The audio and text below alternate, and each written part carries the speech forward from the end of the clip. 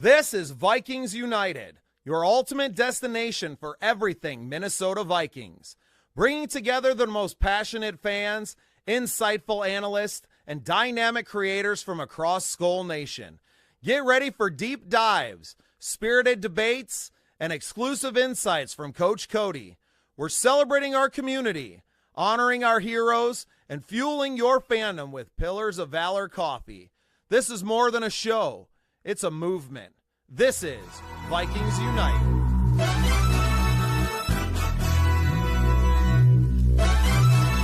Handy.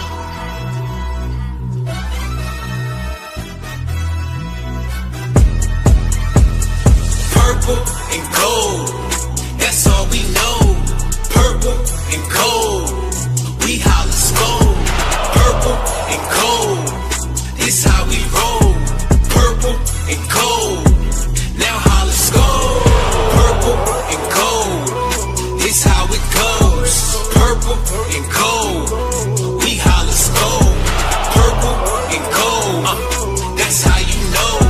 Purple and gold, now holla Skol. I'm representing Skol, the gang, you know the name. It's a Minnesota thing. Put that on the purple blood that's running through these golden veins. Hail, sleet, snow, or rain, regardless, we gon' go to games. $1 billion stadium on Sundays, they don't close the bank. Fail rarely, get your tail buried. Give his JJ to JJ on Hail Marys. I'm like Aaron Jones, I see the field clearly. Gain 150 yards off of 12 carries and 2 tugs. That's how you crack a can of ice cold whoop ass on the Packers fan. Downtown Minneapolis, where we pack the stands and put our hands above our heads when we clap our hands. That's how we clap our hands, we put our hands above our head when we clap our hands. Now clap your hands and put your hands above your head when you clap your hands. That's how we clap our hands, we put our hands above our head when we clap our hands. I said clap your hands and put your hands above your head when you clap your hands. Purple and gold, that's all we know. Purple and gold, we holla Skol. Purple and gold, this how we roll. Purple and gold, now holla Skol. Purple and gold, this how it goes. Purple and gold, we holla Skol. Purple and gold, that's how you know. Purple and gold, now holla Skol.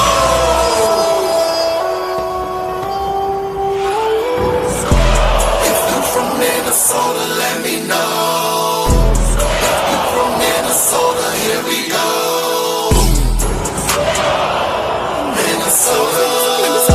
Minnesota notice. I'm known to Skol and then blow the coldest and Skol until I got scoliosis. So when we Skol, we so ferocious. So just know, just way before 84 was the dopest. We showed you who the purple and the gold is. If you from Minnesota, let me know. Right now. If you from Minnesota, here we go. Minnesota.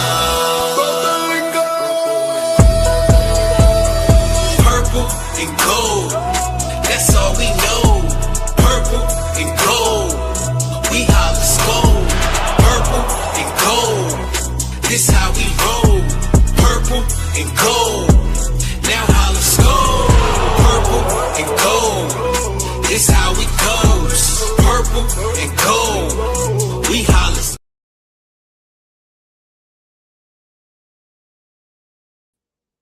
Welcome into the Scene Project Sports Network. You are here tonight for Vikings United. Man, I am so hyped every time I listen to that song. Shout out to our guy Prince, Chris Clay, with a banger of a track. That's Purple and Gold. I'm joined, as always, by my co-host, Coach Cody. Big B is in the house. What's up, gentlemen? It's Super Bowl week. Yes, sir. Yes, sir. I already got a couple parlays going. You know. Hey, Coach is trying to hit one of these and retire from his 65 jobs. Well, it'll happen. But yeah, it's Super Bowl week. We just saw some highlights of the boringest All-Star game ever in the Pro Bowl. Is that going on? Yeah, I think it was last week or something, but they're replaying it. But out of all that, I mean, what can we say? As long as we get a good Super Bowl season, to end the season, I think the season was a phenomenal year with a lot of great games and stuff like that. Let's end it on a banger. Yeah, and I think it's going to be a hell of a game. I kind of, after watching the first round of the player, the second round, I had called Seattle being real tough towards the end of the season. Watch them kick the shit out of the Niners was very eye-opening. Yeah, there you go. Close enough. That's what we said, Danielle. Close to it. Yeah. Andre in the house. Welcome in, brother. I'm looking forward to some hot takes tonight out of Andre. I'm sure we're gonna find them. Shout out to Vocal Vike who brought his. Well, over under that. He talked about firing KOC throughout the show. I mean, over under. I mean, Quasi firing. We know that KOC is safe at least for this week, but I think his seat's hot. If this offense comes out and stumbles early on, he's got no excuses. But because I think. And let's just start there. For everybody that doesn't know, hot news of the week here in Vikings fandom, Kwesi Adolfo-Mensah fired after the Senior Bowl. Weird timing. A lot of talk about that. It kind of seems like they maybe shipped him out for the Senior Bowl, had some secret meetings behind closed doors while he was gone and said, see you later. This is something we were calling for mid-season. I think from the first time that we had done the show, this had been a topic of discussion. So no surprise here. Kwesi fired, and now I think KOC given a lot of authority over the picks that are going to happen, right? You don't have a GM that they're hiring until after the draft. So, it almost puts him in a hotter of a seat, I feel like, moving forward. There's no stumbling entering our fan base is in shambles. I thought everybody was going to be happy, Andre. Like, I figured everybody was kind of calling for this, for a long time. But now it's KOC's turn to shit or get off the pot. Look, buddy, you like to lay the blame at everyone else's feet, your young quarterback, your staff, and all these different things now. So put up or shut up. You have the reins now. What are you going to do about it? And I think the leash is going to be fairly short. I think you could see a midseason firing of a head coach because you've re-signed B-Flow, right? And you could feel very comfortable putting him in that position. We've had some other, assistant head coaching hire as well. So you kind of have people waiting in the wings now. So for me, this firing, I think, is going to make KOC's seat a little bit hotter if there are some stumbles out of the gate next season. Coach, what's your take? Well, I mean, first of all, wow, like weird timing. And you never, I don't know. I was on the train of letting him go mid-season, before the season, and even before last season. But, my sources say that he wasn't liked inside that office, that front office. Him and Flores didn't get along. It was known that he was kind of just learning on the job. And, I mean, you could tell. You could definitely tell in some areas. So, I mean, we'll have to see what goes on. But like you said, now KOC can't blame anybody. Like it's on him. Like it's put up or shut up time. Like you said, shit or get off the pot. Let's see if we can do it. If we start off slow, who knows how long that leash is going to be. The behind the Adam Thielen signing or the trade, that wasn't even a Kwesi move or nothing like that. He had nothing to do with that. I got people telling me that, is the now acting as GM that pulled the trigger on that. So, I mean, it just makes you wonder, what are we even doing? Yeah, B, what do you got on the Kwesi firing? Well, I mean, it was funny because I'm at work and my boss calls me on the work phone. I sit in the office all day. He calls me on the work phone and goes, "Hey, they just fired Quasi. I'm just like, what? Really? And, so then I texted you guys. But overall, I'm somewhat shocked. But, I mean, you bring in a guy to run an organization he probably knows the game of football, but he's never been in a football organization. He comes from Wall Street. So I think they were trying to play the all analytics game and see what, formulas he can come up with and, ideas. And it just didn't work. So now, like we said, KLC's got pretty much full control of the draft and what it's going to be. Hopefully his ego doesn't get it involved too much and they talk about things instead of trying to get his guys. I'm just kind of worried now that maybe with all that power, if the Joe Burrow saga continues or the trade rumors continues, does he pull that trigger to bring in Joe Burrow to get his guy? Does he go out and sign Aaron Rodgers? What are those his guys? Was JJ not his guy? So it's going to be something that we're going to watch all offseason and see who's under center week one. Hopefully they go with the kid, but again, if it wasn't a KLC's guy, where does that go now? I mean, I think that just leaves a bigger question on the offensive side at the quarterback position on what they're going to do. Well, and I just want to address Andre's thing here. Now, Quasi may have wanted it, but Quasi and KOC got hired at the same time. Yeah. So he never really was in that position. And if he was so adamant about Harbaugh, he didn't have to take the job either, right? So, I mean, I kind of push back a little bit on that. He says we're doomed if KOC has all the power. I mean, that's to be seen. To me, I think Brian Flores is going to have quite a bit of say. We're really going to see what that team looks like. I think the two gentlemen work pretty well together. I don't mind KOC as a head coach. Where I really had a problem with him was as the play caller. Now, and in theory, the whole Adam Thielen thing sounded good, right? But you weren't having eyes on him in the building anymore. And if you thought you were getting the Adam Thielen that you had on your team 2 years ago, and in your mind, you're like, oh, we're getting our guy. And then he shows up and you're like, he's lost 30 attribute points in every area, right? Like he's just a different player, right? And it's hard to see that if you're not really putting eyes in as a head coach. You're not getting that time. You're relying on your pro scouting department to kind of feed you some information. And you know what? I don't think it was great. If that was all KOC and just to have that security blanket because you knew that you weren't going to have, Jordan Addison for those first 3 games and Naylor's availability was looking iffy as well. And you just needed somebody that you could plug and play in. I kind of understand it, but giving up draft capital for a player that was barely on your team and then was happy to leave it and requesting to get out at the end of the day, this is not a good look. So, right. A little bit of pushback there, but also, I can kind of understand the move. But hey, it's not all about being comfortable. Sometimes you just got to go.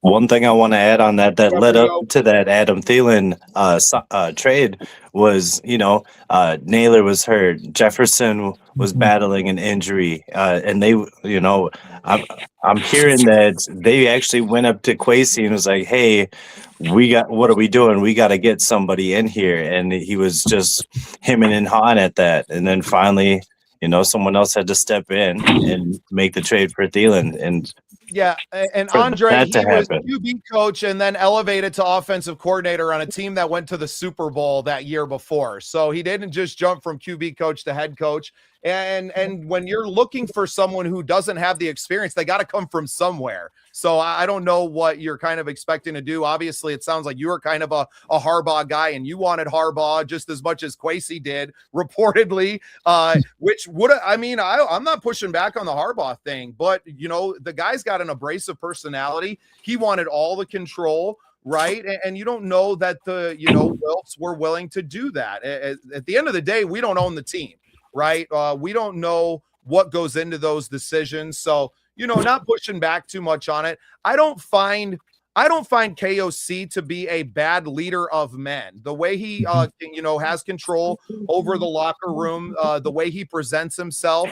I don't have a problem with that. I really had a problem with his play calling. And I don't know that he can ever get out of his own way in that regard as well.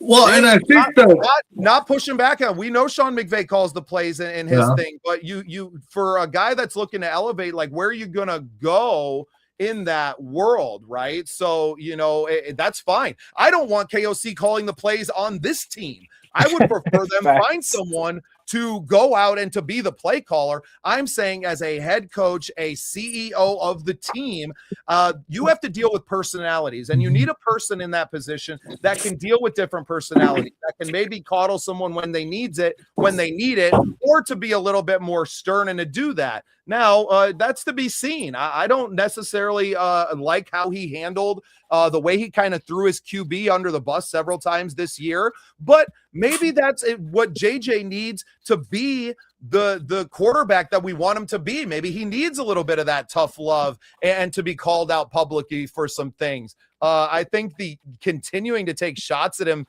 for missing that one practice when he was literally at the hospital watching his child be born.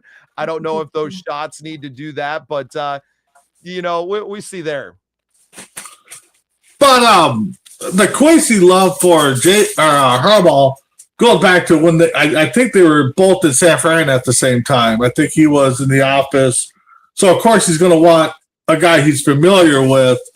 I'd have to go back and look and find out who was hired first, Quincy or KOC, because I know it was within a matter of days, I think, between from the hiring of both of them. Andre, weren't you asking for Randy Moss to be the head coach last week on the show? I can't remember. You had a lot of crazy takes last week, so I'm cool. But I'm with you, Bubba. I think KOC just needs to focus on the head coach. Let's get an offensive coordinator in there. We already got a D coordinator that's doing a good job. Let's find someone that can call the plays, and get the ship right. Yeah, I think it's asking too much. I know there's some coaches, but those coaches aren't in the Super Bowl, right? Mm-hmm. Those guys that are head coaches and calling the plays, McVay's not in there, right? And hasn't been really back to that level. I think it's a tough ask for any coach to be able to do both, because there's so much going on the sideline. And Cody, you can speak to this. Were you calling the plays on your defense with the St. Paul Bears during this season? Me and Coach Chris McGregor, we were tag teaming that up, and I let Coach Fred Rashaw take care of the offense. I just let it go. There's too much, to manage. Also being GM of the team, so it got to be a lot, and you just gotta. Know when enough's enough and start delegating. And so that's what we had to do. And it worked out. Exactly. And that's what I would like to see. I would like to see KOC do a little bit more of this season, because he's not going anywhere. Like I said, his ass could be on the line by week 8 if this team's stumbling and is below 500 entering mid of the season, especially if they do get the veteran quarterback that they want. And it appears like they're really going to, assess those avenues. The Mac Jones trade wouldn't surprise us at this point. I think there were some failures. I think putting it on essentially a rookie QB right into his second year, who is coming off a knee injury, I don't think that was a smart play. I think having someone in the building that could start those first few games, which I don't think that KOC is like all out on JJ, but also coming into the season going, look, we haven't seen the kid practice and be out on the field. He didn't get all that time on the field last year. Like, we should have someone that's in that role. And obviously with Darnold, going to the Super Bowl this week, and, Daniel Jones kind of tearing things up the way that he was, I think a lot of that falls onto the that's crazy. That's a crazy statement. KOC is the worst Viking coach of Vikings history by far. That's just wild, man. Oh my God. That's just you're out of control, Andre. I appreciate your takes. The man's done nothing but win since he got here. He's had, even last year they finished above 500. So to say that he's the worst Viking coach by far is Brad Childress. That's Mike Tice. Crazy. Mike Tice. Does he have flaws? Yes. We're not saying that he's perfect by any means. Get the job done, though. That was wild statement. I appreciate you, Andre. Stick around. So I looked it up. Quincy was hired a month prior to KOC coming. January 26th was when Quincy got hired, and then February 22nd is when KOC got hired. So yeah, I mean, and how much say does a new GM coming in who's fresh to the job to have in that process, right? Obviously, he wasn't given all the reins right off the get-go to make, all of those decisions. And who knows where this team would be with Harbaugh. I mean, Harbaugh ended up spending another season at Michigan before getting a thing in here. And we maybe we still end up with JJ McCarthy on this team, considering that he played for Harbaugh at Michigan, right? So where we stand now. I know one thing, that if Jim Harbaugh was here, we would be running the damn ball, and we would be built around that. But we're not here to play revisionist history. The team is where we're at now. KOC's your head coach. He's also your de facto GM, I would assume, at this point. Being in here. Yeah, I think the reports are that Przinski, I think, takes on the role. And I guess and what I'm KOC, saying is that he ain't making the football decision. Sounds like he's more of a cap. The money guy, yep. Going to need. I think KOC's running the draft. That would be my opinion. That he's definitely running that draft room and getting his guys in here. And you're going to rely on what was his name? B. Rob Przinski is the money guy. So you'll be relying on Przinski to kind of fill in the veteran roster and to kind of work it, because you got some finagling you need to do with this cap, right? You got some caps that are going to be here. Yeah, totally agree with you, Mike James. This is KOC's draft room now. You don't know how much say and what that war room was like in seasons past.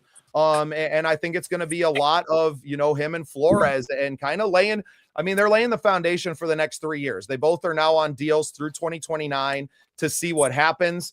And, it really puts the onus on them to go, okay, boys, here's what you got. I'm assuming KOC is going to be in the room for the hiring of the next GM as well, and is going to be in the conversations. As well as a Brian Flores. I think you have to have B-Flow and everybody kind of on the same page. You want someone who's a partner, not necessarily coming over top of them to say, this is my team. You're looking to put something together that work harmoniously between the three of them. I think the Wilfs are obviously happy with the coaching staffs that they have in place now.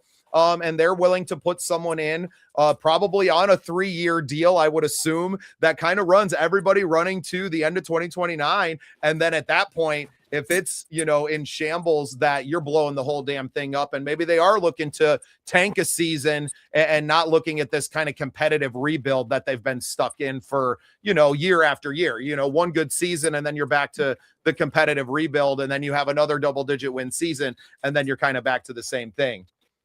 I just envision that the draft room is the normal thing, but it always comes to mind Drafted, the movie where Kevin God,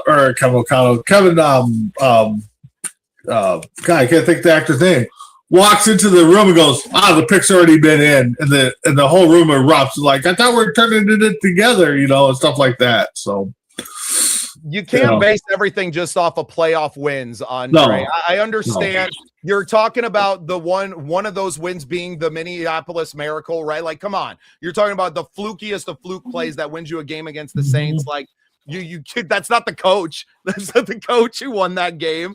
That's an incredible play by one player. And yes, a fairly new school. I haven't been or a bad misplay on the defense. I mean, that could have gone either way. So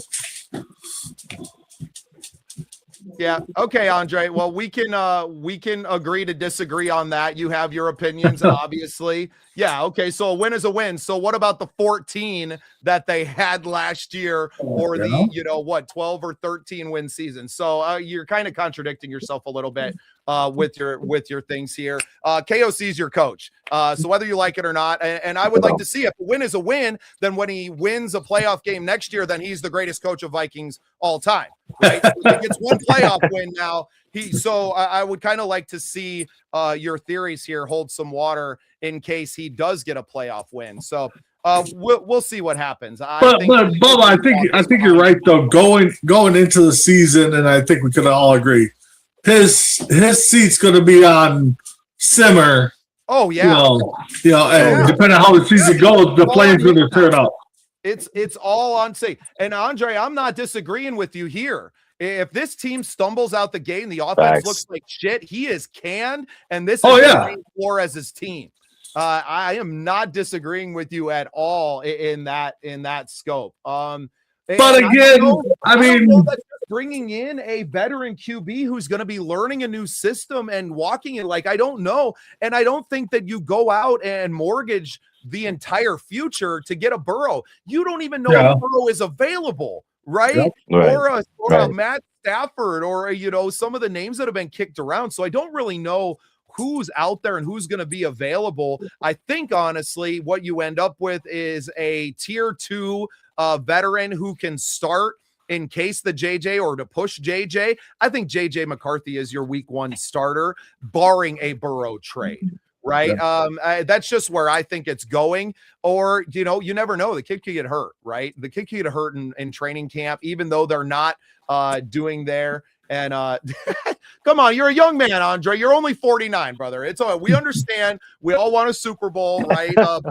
Before we die. I think that the best path to the Super Bowl right now is letting this coaching staff do what they're going to do this year. And if it shits the bed, then B-Flow is your head coach, maybe before the end of next season, and you ride him out for the next 2 years in that role. I think your next head coach of the Vikings is already on this staff through 2029, whether it's Kevin O'Connell or it's Brian Flores. I think that's kind of what you're being told by their thing here. Hey, that's great, man. Nobody fucking liked Zimmer, right? Like, you are like the only person I feel like that's on the Zimmer trade. I don't feel, him and Spielman's relationship being what it was. And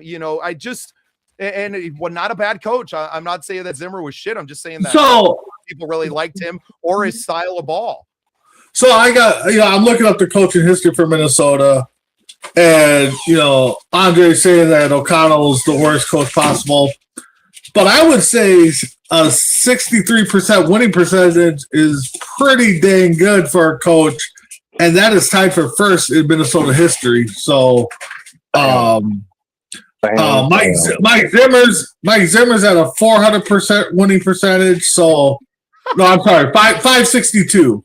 Yeah, so it's still a good coach, man. And you're talking about different styles of ball. My thing has been, if there was a and hey, I'm not fighting you on this either, Andre. KOC as the play caller really bothers me. And I wish you would have the ego. I wish you would have the lack of ego and the humbleness to say, I need someone in here I trust that can help me call plays, because he gets stuck in that Madden mode going in here. Next thing you know, you're chucking it 50 times, and it's just not good ball. Right. So play caller, head coach, to me, they need to be separated. He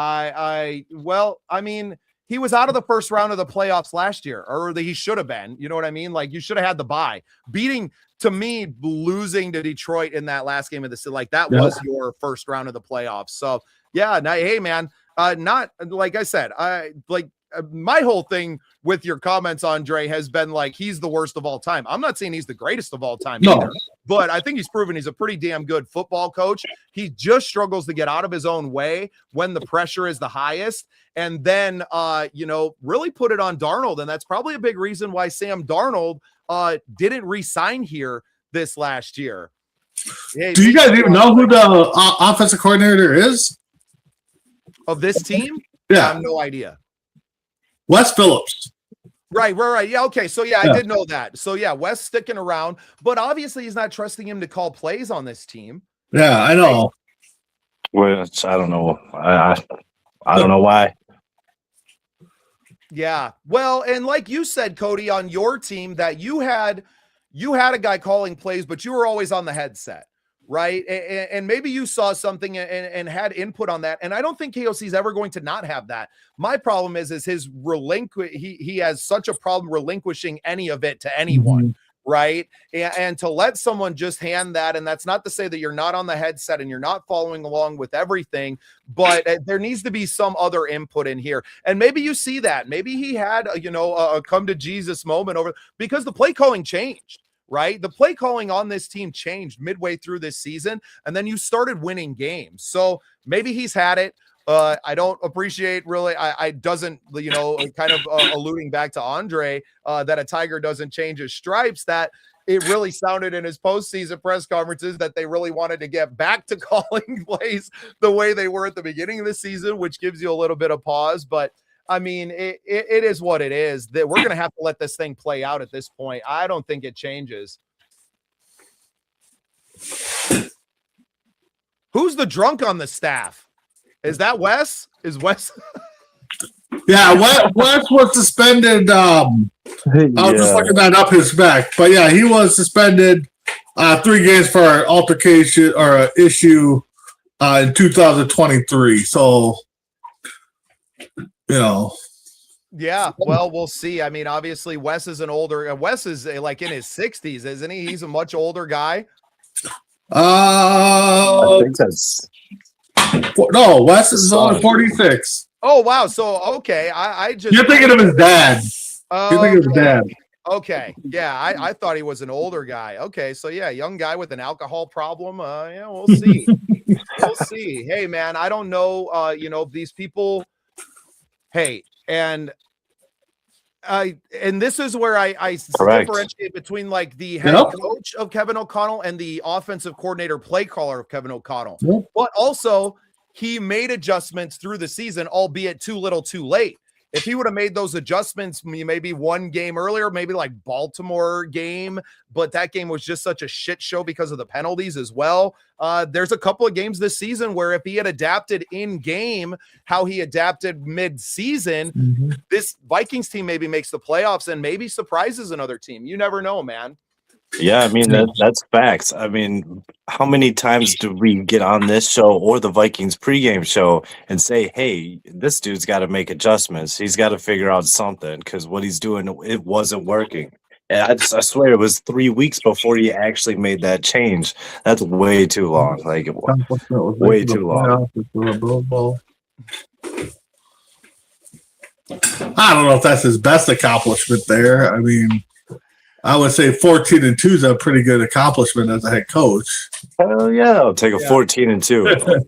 Yeah, and I agree with you on. Oh yeah. Adjustments. And I think like the worst game of the season for me this year. I mean, obviously Seattle was a mess, but you can't. I mean, you had Max Brosper, an undrafted rookie, starting in his first game. Like for me, the worst game was the Green Bay game in Green Bay, where you came out the punt muff on the 2 and then like you couldn't recover, right? Like they were running the ball early, they were having success in the first half, the game wasn't by any means out of control, and then it was just like he just went back to like his default, which is like, well, we got to pass the ball, we're down 10 points, we gotta throw the ball another 30 times. Just panicked. And oh my god, that team just destroyed it. I think the worst game, and we can't do it, or we can't really blame it being the worst game because of the scheduling, was that Chargers game off the short week, and we were hurting, and yeah, that was bad too. Yeah, we had nothing to held together with duct tape at that point. Yeah, that was honestly probably the worst game. Andre, well, you keep on praying, buddy, but it's going to be at least like 7-8 months before you might hear news. That's not happening. I'm just here. Honestly, right now, the only way that KLC is getting fired between now and week 1 is if something personal comes out that we think is. I mean, yeah, it's not happening. But week 6, and this team has stumbled, then you see it. So yeah, you're going to have to let it ride out at this point, man. It is what it is. KOC is picking these players in the draft. You got Przynski is going to be hopefully able to work with B-Flow to put together a defense that they can kind of pull off the scrap heap and guys that they can identify through their pro scouting department to kind of piece that together, which B-Flow's been great at doing. You know what I mean? So there is some hope there that the defense can be rebuilt on the fly. I don't know that you put a lot of draft capital over on that side besides maybe, if there's a top tier cornerback in round one, I think, and we're going to get into our draft coverage over the next couple of weeks. We're going to get through the Super Bowl. So we'll start next week with some draft coverage and going through there and maybe starting with that side of the ball, Coach, because you're a former DB coach, that we go with your strengths right off the bat. We maybe go DBs and receivers right off the hilt and kind of looking at that side of the ball. And because I think that's a massive need. Obviously, safety, cornerback, you have their biggest needs in there. Yeah. No, if I'll still say it. I want Jeremiah Love. I don't know if the Saints are going to take him or not, but if they don't, we could probably he'll probably follow us. But I don't think he's on the board at 18 we're picking. Yeah, if that don't happen though, we do have to go defensive back, corner or safety. It just has to happen. I'd rather wait till the second round and maybe snag a wide receiver if we can first round. But it's just like I said last week, Flores doesn't start rookies. He doesn't really give him a chance. Right. So why waste that? Well, but he's also never has this team since B-Flow has been here. Have they picked a top tier defensive talent in the first couple of rounds? And like just my memory kind of like going back quickly that it's always been offensive guys up at the top of the draft. So I don't there. Hey, Andre, no pushback from me on that, man. You've been here. You've been following this team your whole life. Great idea, man. Just we never fail. No, everybody's got, and that's the one thing with sports in general. Everybody's got their opinions on which way the team should go and who they should get. Andre's definitely passionate about the Vikings, and Cody and myself are. Bubba, you're passionate too about them, and we just all got different views, and I mean, there is a laundry list of things they could do that we could call dumb and be like, Dre was right? You know what? I look. Honestly, I'll bet. Let's get that button bar ready.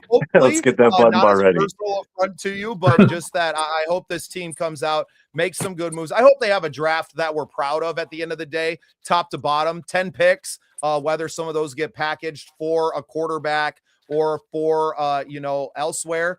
Let's see. I think you got to take the best player available, I think, in that first round. That 18 is such a hard pick, right? Because you don't have the number one player at a lot of premium positions at that level already, right? You are not getting the first, the guy that's number one on your board at that. I don't think they have the capital or the wherewithal to move up to get somebody right now. That's why I was kind of entertaining. And we talked about it a little bit, on last week's show, a trade back a couple of spots, maybe to pick up an extra second or third rounder in there. I don't hate that depending on who's available in that range. It's always tactical, right? But now not having a GM who's kind of in that role, what do those talks look like? Because now you're kind of putting your head coach or a guy who hasn't been developing relationships with other GMs in the league in that position. So we may be just stuck, and you may not see really any trades here because there's no one really that has those relationships built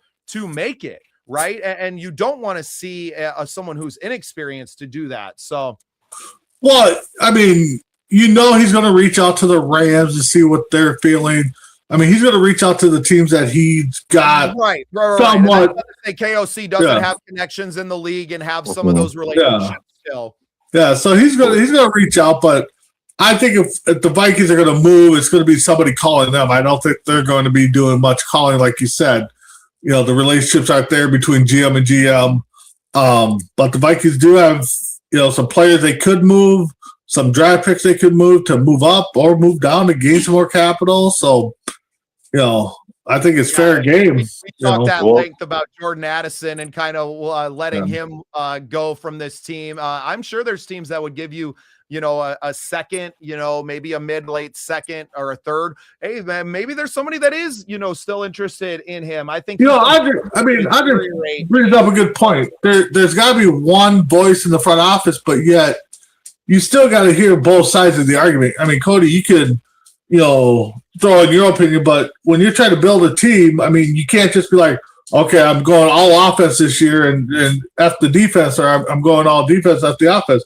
I mean, there's got to be some talk and some agreement on the player and the pick and what they do. I mean, Cody, I mean, it can't be easy to come together with your offense and defense to get the right guys. I mean, it's tough, because I was going from 11-man outdoor. You got the full roster, then going to arena ball, had to cut that roster down to 30, and then start to figure out, all right, how many can we bring on offense and defense? I'm actually getting ready for another league after this Wyoming Cavalry one gets over with, and we're at the point where we can sign 15 players before the draft. And then we have a draft and then a free agency pool. And so, we're trying to figure out like, hey, what's our main priorities with these first 15? And then from there, that's how we're going to attack the draft. But I think we need to start getting in Cody's office staff here. I think we need to start being on Cody's office staff or something. For real, man. Like, come on, man. Yeah. I need more jobs too, Coach. Yeah, let's get it. You already know. There we go. Avion Terrell or Mansour Delane, both shut down cornerbacks in the first round. Yeah, Terrell on the second, big defensive tackle to stop the run and also get pressure up the middle against pass. We see. For me, I think the offense needs to get healthy, right? Yeah. The offensive line. I think you can solve. I think you can solve those problems in free agency, though, right? Like, you need a center. I don't think you're drafting and putting a rookie center out there anyway, regardless. So a lot of these issues can be solved. You got a new offensive line coach that's going to be coming in, right? So I think you're rebuilding the line from the free agent class. And trying to do what you can there, maybe elevating. Maybe you got some guys that are in your building already that you're looking to move around, right? A lot of talk about Blake Brandel, possibly in that starting center role. I think he was very serviceable there, I would say. There's so many moves that need to be made just to get cap under the cap right now first. And I think that, that's going to be the first steps, I would assume, next week, like after the Super Bowl's over, that you are making the necessary cuts and getting in there. And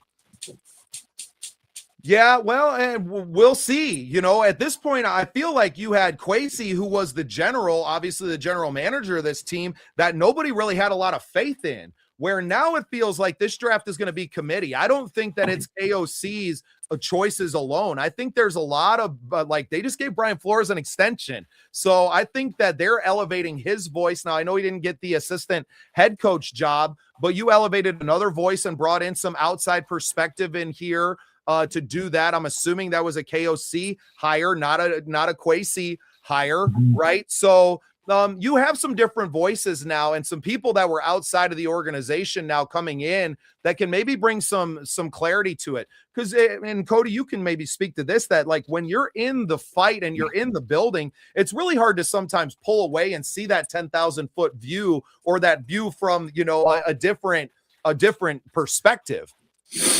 Yeah, no, it definitely gets tough, but I mean, he's right. I'm asking for input, but at the end of the day, most of them calls were my calls.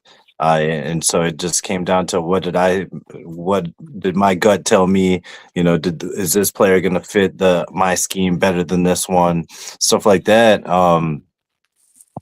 See. If you want to say worst play caller, Dre, I will back you up. Like, and I don't know that he's the worst, but like he definitely has flaws as a play caller.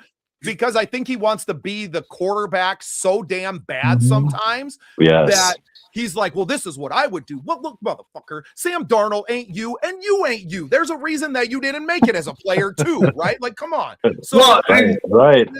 Play caller, yes, coach, it's different. I like the way that he's able to And going back to Andre's comment about too many generals or whatever.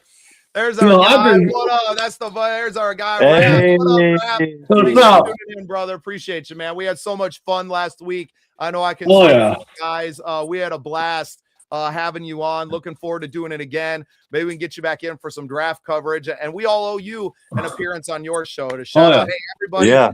If you're in the chat, if you don't follow Vocal Vike on YouTube and elsewhere, make sure you do it. Norsevia's in the chat with us now too. What's happening, brother? Happy to have you. Appreciate you tuning in.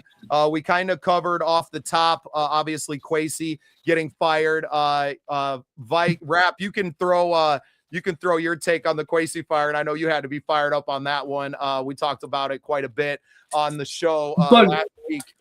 But going back to Andre's comment about too many generals or what that was, he's got to remember he's been a Vikings fan for 46 years or 49, whatever. Back in the early 90s, the Vikings had they call it the triangle of authority or whatever. It was Dennis Green, the owner, the GM, and there might have been a couple other players, in fact. So I don't think the Vikings are at that point now where we got all these people trying to throw input. I mean, it's going to be the offense coordinator, defense coordinator, head coach, but I mean, you got to remember, yes, the more people that are in charge of making calls, it is going to be a hectic situation, but I think we're in a good thing right now where we know that it seems like KLC's got the final say. He's going to listen to his coaching staff. He's going to listen to his scouts.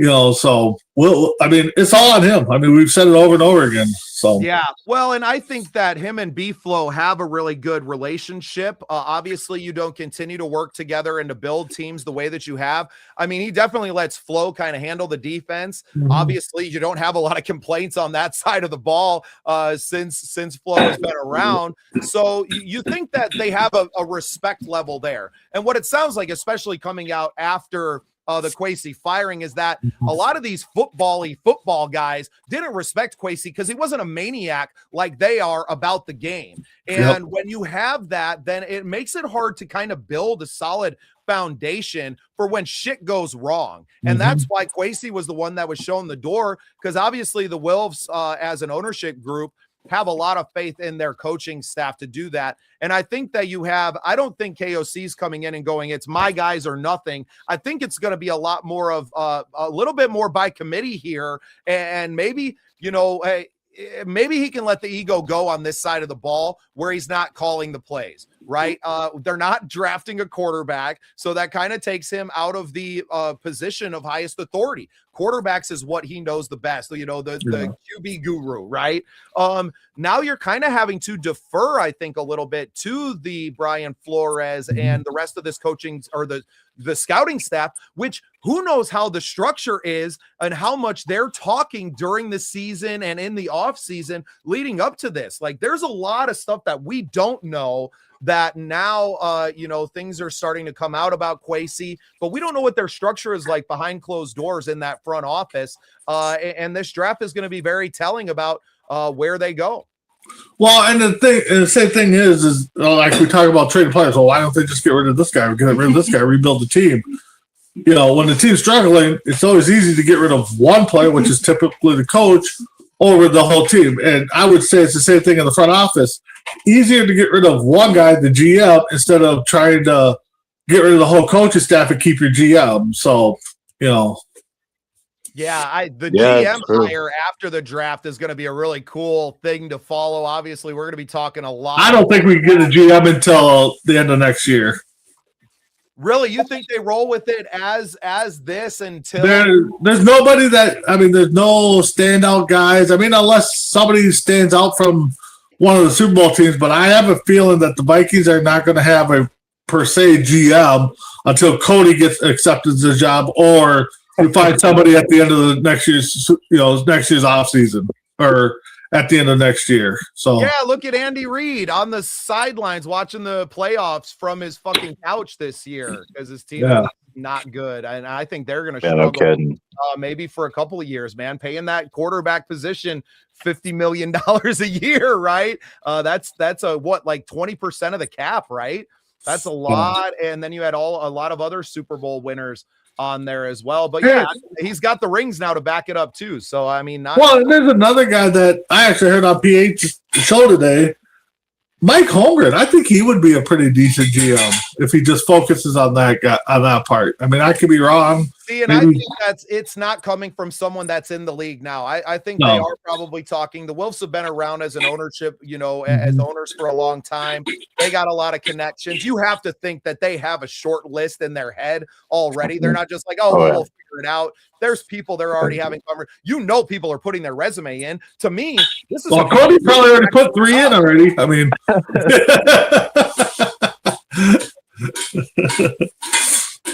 yeah. You mentioned PA. I think that's a good transition that we can kind of talk about. Obviously we haven't covered, the comments that he made and the fallout from that, which now we know is really nothing. A few days off work to let things cool down. This is pretty much exactly what I told you was going to happen when you kind of threw it to me. Let it cool down, let people simmer, and then he's going to be back. There's this because honestly, he's beloved. And I don't think one set of comments, and the guy's been making offhand comments his whole career. So it's not like it was that surprising. I think a bigger Andy Reid, just addressing Dre's comment here, like Andy Reid on had been coaching for 20 years at that point. You know what I mean? Like before he got that first one, had been in the game for a long time before he finally cracked through. They don't come easy. They struck gold with the Mahomes and the way that he structured that team. That team was ready for a young guy to step in that kind of had the moxie that Mahomes does. But Andy Reid's real test as a head coach now comes over the next 5 years, and who knows if he sticks around for that long, or if he says, you know what, I've had my time. It's time to let somebody else go and kind of go out on top still. Because I don't think he gets fired. I think he walks away on his own terms. Well, I mean, I'm not arguing. I'm not arguing that. No, I'm not either. But with PA, I think the comments. I mean, I don't think we're earth-shattering, but I think it would have came down to it. The Vikings would have went to K-Fan and said, "Hey, we're gonna let PA go. You guys gotta let PA go, or we're gonna take our sponsorship elsewhere." So I think it came down to, maybe Minnesota saying, or the Vikings saying, "Hey, we're not letting them go, so there's no reason for you guys to let him go. He's still our guy." So he is literally the voice of the Vikings. I think that you have to take men like that with a grain of salt. Also kind of reading the room. Sure, there was some outrage shortly, but I think a lot of the silent majority, if you will, that there's a lot of fans that don't align politically with the people that were being loud either in the fan base, right? A lot of this Viking fan base is a lot more red, even though the city of Minneapolis might be very blue. So I think there's also the recognition of that, and a lot of people that are listening to the games are listening from out of the city. And a lot of people that are coming in for these games don't live in the city of Minneapolis, right? They don't live in Minneapolis, St. Paul. So I think there's from the ownership group and from the front office realizing those things. Yeah, I think it was smart to keep them. Smart the way they played it. It would have been absolutely stupid had they let him go. That's all I'm going to say. He would honestly have to run over someone in his car. You know what I mean? And he would have to do something pretty. Well, and that's the whole thing is, maybe K-Fan would have let them go if they didn't have if it was just a different DJ that said this. But I think with him being the voice of the Vikings, they're kind of waiting to see what the Vikings were going to do with the comments. Right. And then K-Fan wasn't going to let him go unless the Vikings were like, we ain't bringing this motherfucker back. Right. You don't just let him walk. I like Dre here. Big B, you got to teach them Vikings history. Well, maybe that's a new segment as we move. It's a long off season, Dre. So maybe we bring you on the show. We go through some things and, we address that. Dre says, I'm putting this all on you, Big B. So we got to have some history lessons here. I could be educated. I'm not lying, man. I haven't followed this team my whole life. I didn't live in the area and really only got introduced to watching the team over the last 7 years as my wife's a fan. And I've obviously watched NFC North football. My family's from the Chicago area. I grew up watching the Bears and rooting, for that Bears team. So I've seen a lot of this like young quarterback thing. And that's what attracted me to, rooting for the Vikings and kind of letting that Bears fandom go. Of course, they fucking go well this year and, make it to the second round of the playoffs. That's just you're welcome, city of Chicago, for that. But it doesn't make me any less it might be the coach above, or it might be the curse above him. Maybe we just need to put Bubba to the side now, and then the Vikings out on the fold, man. It might be it. I don't think so. I think this PA, almost untouchable, literally. Yeah, bro. I can't disagree with you, Mike. Like and I mean, have to literally put someone in the hospital, right? Wasn't he working doing the show? And it was just ill-willed, ill-timed. It was ill-timed because the thing happened just shortly after that. Think of all the stupid shit that I say on this show 2 hours a week, man. The guy's on air fucking 30 hours a week. And I think what might have been the saving grace is Greenwood, I think was he was chatting with is just like, yeah, I'm not going to touch that one. Let's move on, type of thing. No, after, come on, man. They're like not great timing on the, thing, but he comes back. He says, I'm sorry. And it's all good. Chance, thanks for chiming in. Hey, what up, Chance? You guys think they trade Jordan Addison or Jonathan Grenard this offseason to get more draft capital, more players come in and contribute day one? Mac Jones if KOC wants him. Yeah, I mean, I think everything's on the table. Now, Grenard for Mac Jones. Now, we've been throwing out a lot of second-round picks there, but Grenard for Mac Jones might be something that San Francisco might be interested in, especially with Fred Warner suffering the injury last year and kind of probably going to be a little bit different player. And they need a little help on that defense regardless. Now, I know he would be a little bit out of position because I'm pretty sure that they play a 4-3 in San Francisco, but Jonathan Grenard's a talent that you could put him anywhere on the field, man. That would be dangerous. But I don't know. The Grenard thing is a touchy one because I think you can get cap compliant with some of the other moves. Addison, I would like to see gone. It feels to me like KOC's kind of done with him. Just because the look on his face when he was at the presser, and he's always having to answer questions about this guy and his off the field issues, that I feel like he's kind of would take a suitor for that. Oh yeah. I mean, right now I would not be able to put up with that. Yeah, see, and I missed the Peyton days. I was born in '86, so I didn't get to celebrate any good Bears. Michael Jordan. Oh my God!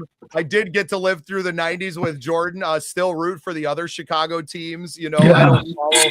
Maybe the Blackhawks is the one that I followed the most adamantly. As far as Chicago and the Cubs, I guess. See, I got the Wizards, Jordan. Yeah. See, the thing is here on the PA only mentioned truth in passing. See, and that was my thing. It just, and that to me, that's the Vikings organization reading the room on their fan base, right? Like I said, Minneapolis may be a blue city and you have all the things happening in there now, but a lot of the noise is coming from outside of the Vikings fandom. It's coming from outside in that political sphere, not necessarily inside of the football field. So, that's something. And some people just got mad just to find something to get mad about and hop on the train just because you're mad too? I'm going to join you type shit. You know what's crazy about, you mentioned that Devin Hester, man, I was out on the West Coast fucking hitting rave parties and I wasn't even paying attention to football. We were so bad for so long. The Bears were the third or fourth team in my career, right? I loved the hockey team. And I had moved to South Dakota in 96. So I kind of missed the back half of the three-peat in the Bulls even. So we've lived in South Dakota. We didn't get all the Bears games. It's just that was the team you grew up and all your family rooted for. Kick return in the Super Bowl. That was your peak. Terrible. They were fucking awful, man. But what do you do? So Rex Grossman got to the Super Bowl game last year that I watched him just lay down, and all the fan base out there was all against, is so torn on the Caleb Williams talk, which I think, he proved a little bit this year. I still think he has plenty of flaws as a quarterback, But that's kind of going through that and just how toxic that fan base was, where I was just like, I can't do this. Now coming over to the Vikings fan base, and for me, I love the super fan group. I love the Viking World Order. Yep. They've kind of accepted us with open arms. Great people. I saw what they were doing in the community. I'm too fucking old to be like putting all of my life into it. I'm too busy, right? Like my whole life doesn't revolve around any one team or anything. I saw an opening to cover this team. I was watching all the games with my wife anyway. So that's kind of where I was coming from. I was rooting for the Vikings, except for maybe 2 games a year. And even in those, I was like secretly like, I hope they kick the shit out of the Bears. So it didn't change that much for me rooting for this team. Now, I will say that I was a lot happier because I don't have that deep emotional attachment. And I definitely come from an area where like Dre is obviously he's been rooting for the same team. They've been abusing him for so long, right? That you have that emotional attack. Like I don't have that with the Vikings, but I no longer have that with the Bears either. Now I didn't get to ride that high with them this year as they're going through and making the playoffs and stuff, but I'm okay with that. Like I celebrate my own wins. Mostly I'm in music, Dre. I have the Scene Project. Sports Network is just a division of the Scene Project's podcast network, which is mainly focused on entertainment, mostly on independent musicians. Like I'm off celebrating my own wins in my own organization, kind of give a shit what these teams do besides it being content for our channel. So, it kind of sucked, right? It is what it is. Live and die football. That's right, brother. Hey, I appreciate your takes in here too, Dre. Honestly. Being in the show, hanging out with us, man. Like it means and this is what we wanted. We wanted a place for everyone to come. And to be a space where you can kind of voice your opinions. And we're always going to put them up, man, regardless of how I feel about your takes. We're going to put them up there. You give us a lot of great talking points. We can agree to disagree. It's all good, man. That's all sports is agree to disagree. Grenard needs to shut up and quit missing tackles. I'm kind of the same thing on Van Ginkel too. Like, these guys may make these huge splashy plays, but they don't necessarily show up and make the little plays throughout the little things. So, would like to see more. Now, I'm super impressed with young man this year showing up, defensive end. His name's evading me right now. Turner? Second year? No. Second year defensive end this year. After Grenard got hurt, he started getting my brain's fried. I got on, Big B. I'm getting there. Yeah. I was thinking Turner off the bat. I was thinking Turner too. Let's see. Defensive end.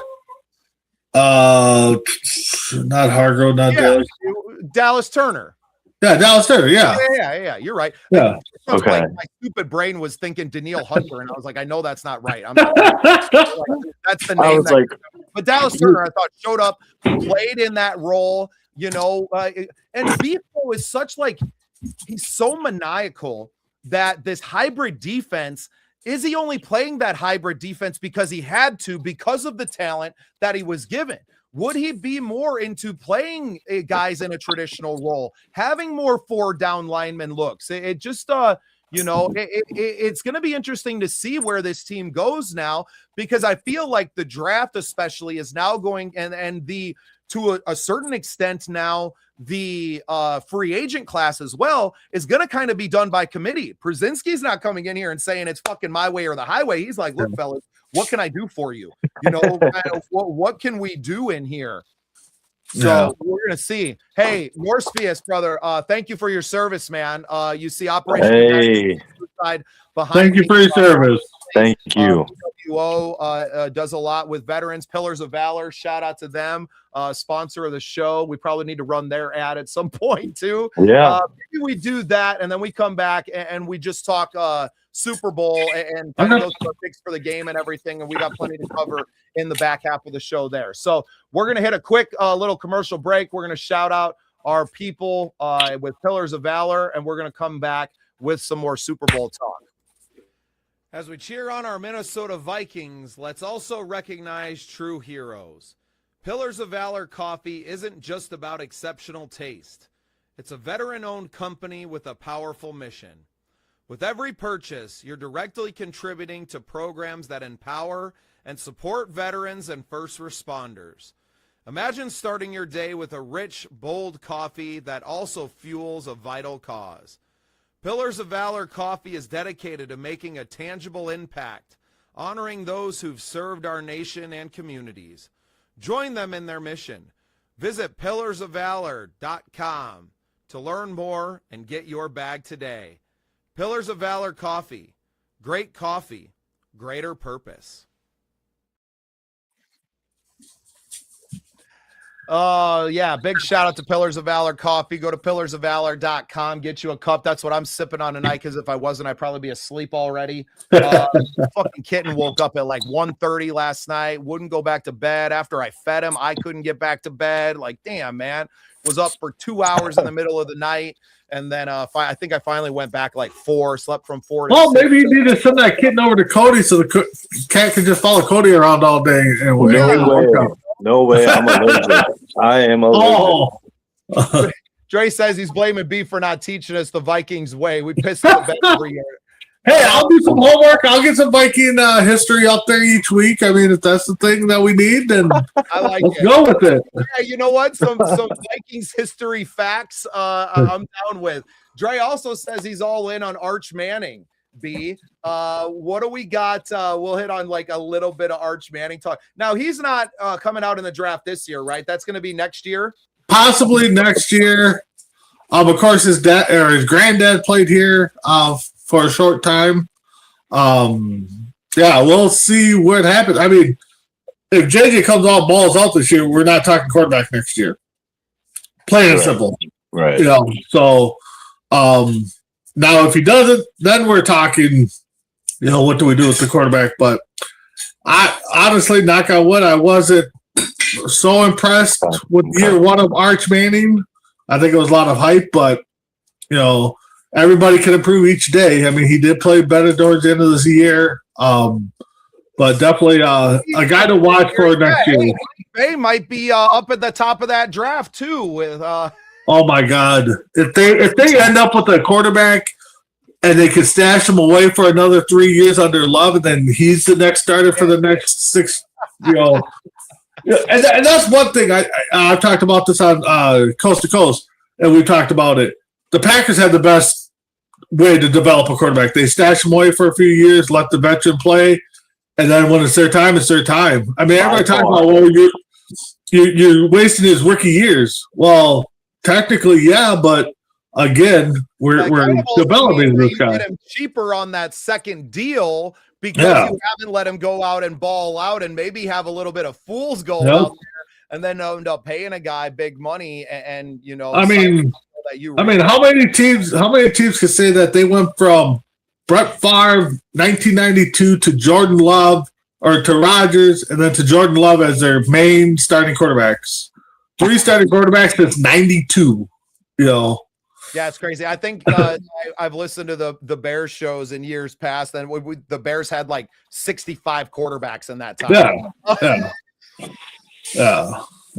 Oh, just crazy, man. But not like the Browns, though. So, I mean, the Vikings kind of got a starting quarterback in the Super Bowl, right? I mean, Sammy D balling out has obviously had a great season. Seattle's had an awesome season this year. I mean, they look dominant to me.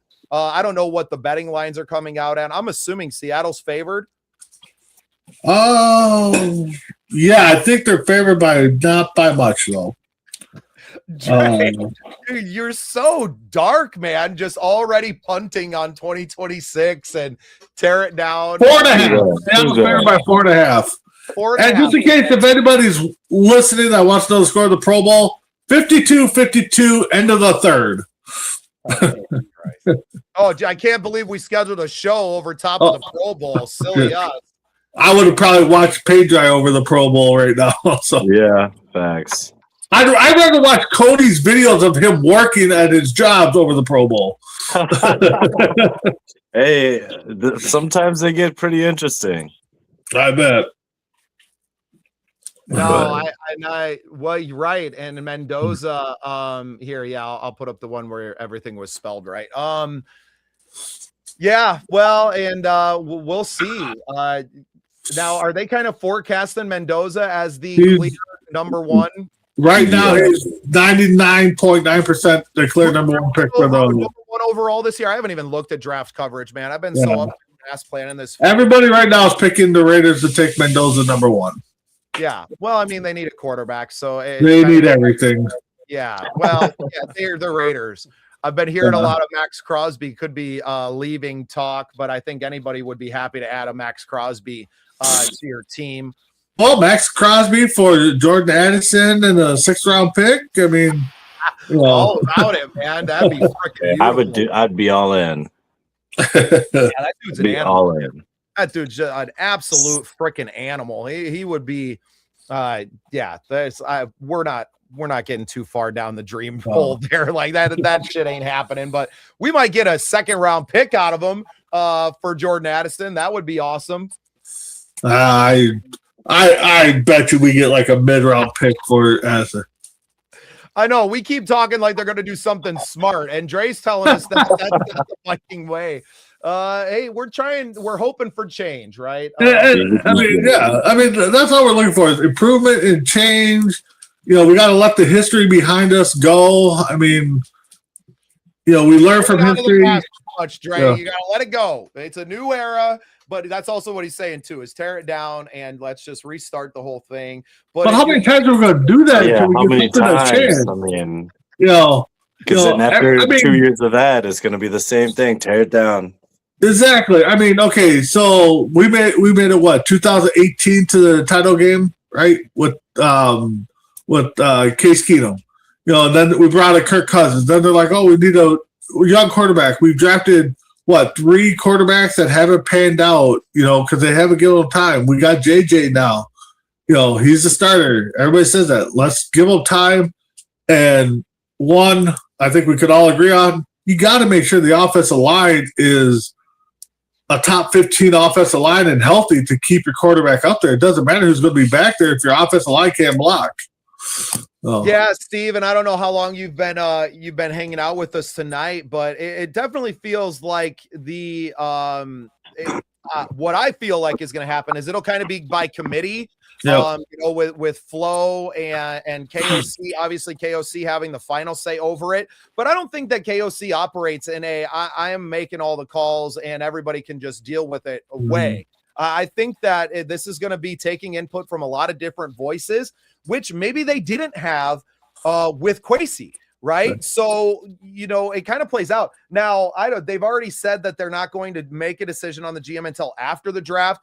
B, you'd kind of mentioned that maybe they go the whole season without a GM. I don't think that's possible. I don't think it's possible, but, I mean, again, right now there's no names being thrown out there that who could be, the front runner, who could be the candidate. Maybe they're not interviewing, but a lot of the experts I've been listening to and reading about, there's nobody that they're like, oh, this would be a good fit for Minnesota to go after this guy. And, so, I mean, it wouldn't shock me, Vikings way, that they wait until towards the end of the season to name a GM, but we'll see. The deal in Green Bay, who knows how to do. Yeah, they know how to develop them. Well, they have the patience. I'm not going to argue that. They have the patience. We're all with you. Just let that young guy and to not be reactive to what's out there. You've also had Hall of Famers at quarterback but that's what I'm saying is who would have thought Brett Favre was a Hall of Fame quarterback? He goes to Green Bay, he develops into that. They let Rodgers sit behind him for a year.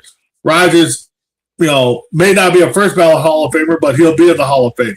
Jordan Love, again, if he doesn't win the ring, maybe that keeps him out of the Hall of Fame. But he's been there, for the years, so they know how to develop quarterbacks. Right, and Dre, I definitely. So what I think they've already said that you were leaning towards firing Kwesi. You should have fired him right after the season, or even in the season. Yep. That's kind of where But at this point, who the hell are you going to hire? You're going to hire someone that's still going to be fucking meeting people for the first time before the draft. I think staff, your entire scouting staff, to bring them in. I think you just put yourself in a really tough spot. So yeah, and I think the Wolves said that at the firing announcement. Not firing him until now, more than like not hiring someone until after the draft. Yeah, and I think the Wolves stated that they weren't going to hire a GM until after the draft. Yeah, Sean Mannion, new offensive coordinator in Philly. Yeah, that's former Viking quarterback. Are you serious? Sean Mannion, yeah, he's former Damn. Viking QB. Phil Donahue, official. Thank you. Appreciate you tuning in, Phil. Oh, well, and you know what? This year we had a chance, man. I mean, you beat Green Bay in Green Bay, which is a game that I kind of look at that you could have. You just let Micah Parsons just fucking run all over you in the second half, man. And you had no answer there. You refused to run the ball and you let the man just dominate you. Wow. Or we stop a kick return from almost being returned from Bears game, right? Yeah, they're just yeah, it is what it is. They should have fired Quasi and KOC. We got you, Dre. We understand, man. And honestly, and typically when the GM gets fired, the coach does go to. I mean, because normally they're 1A and 1B, but for some reason, there's stuff in the locker room we don't know what happened. So Mannion straight guard. Well, then he's in the right city now. Well, and like I said earlier, I mean, like my sources are telling me that Quasi wasn't trusted, and that people just didn't trust his level of experience. They were saying, they're just people saying that he was literally learning on the job. But at least with KOC and B-Flow, and Rob Brzezinski, they've been in those rooms during drafts with Quasi.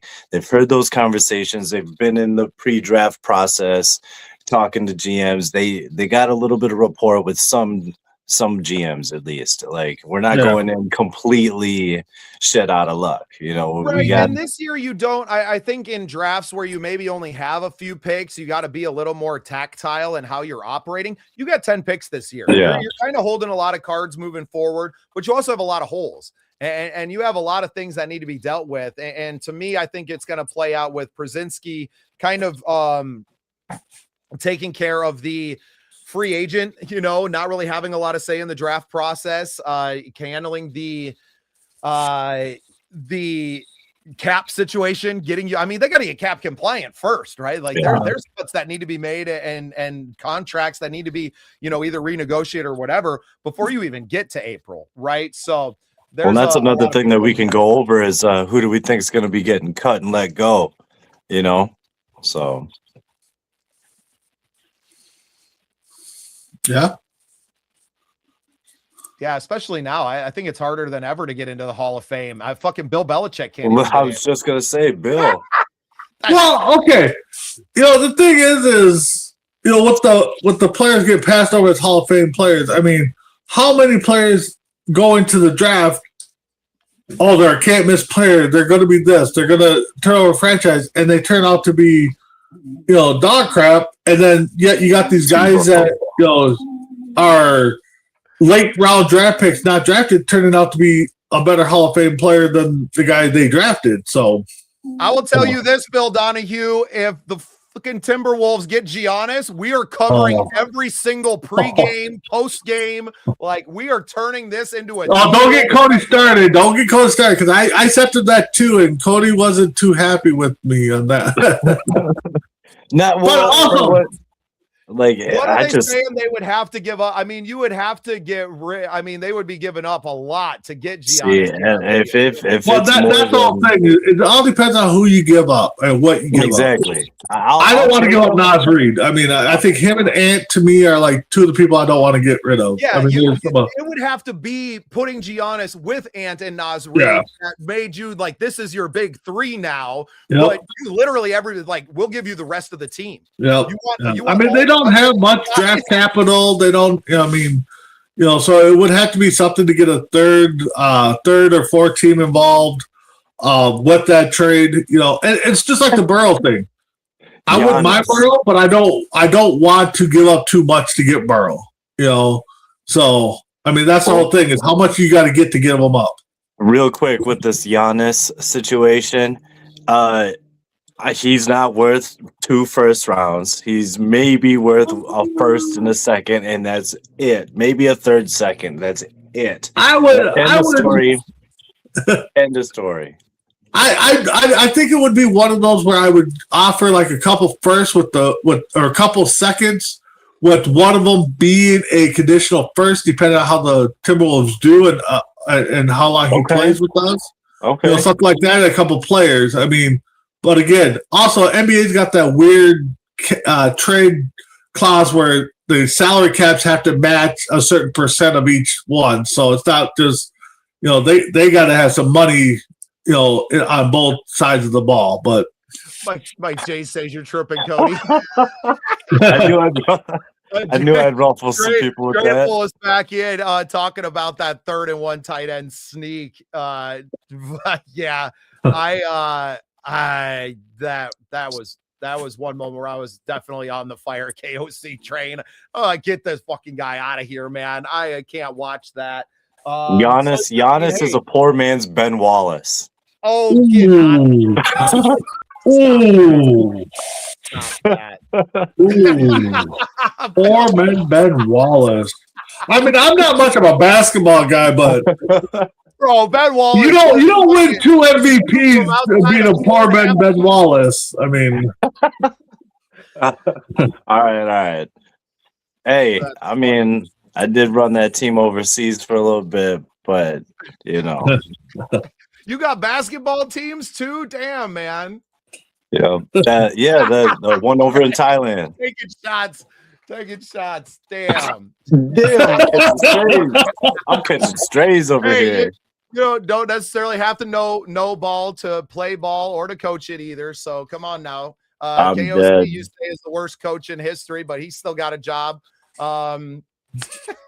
Yeah. I love it. We have the best fans in the world, man. Y'all are funny. Stop taking shots at Coach Cody, man. We're gonna take him off the show. Calm down, Mike James. Calm down. We all got our opinions. Damn, Mike James. Damn. That's how you real feel, man. How about it? Dre, I can't say that. Coach Cody's our ace in the hole for football analysis, so I can't even put that up on the screen. Damn. Let's talk a little Super Bowl. We've kind of glossed over it a few times. Obviously, we got the Seahawks and the Patriots. Seahawks favored by 4.5. You said, right, B? Yep. 4.5. I think that's probably right where the line should be. After watching the Patriots play against the Broncos and just couldn't really get much going offensively there, I think they're really going to struggle against the Seahawks D. So I'm definitely picking the Seahawks to win here. I know that's going to hurt a lot of people in Vikings fandom. Me, I'm on the, hey, look, things happen behind closed doors that we don't know. Did Kwesi drop the ball with Sam Darnold? I don't know that Sam wanted to stick around, right? I think, his camp is hearing what's coming out and people kind of putting it all on Sam Darnold and maybe them looking back and going, look, man, this guy can't call a fucking game to save his life.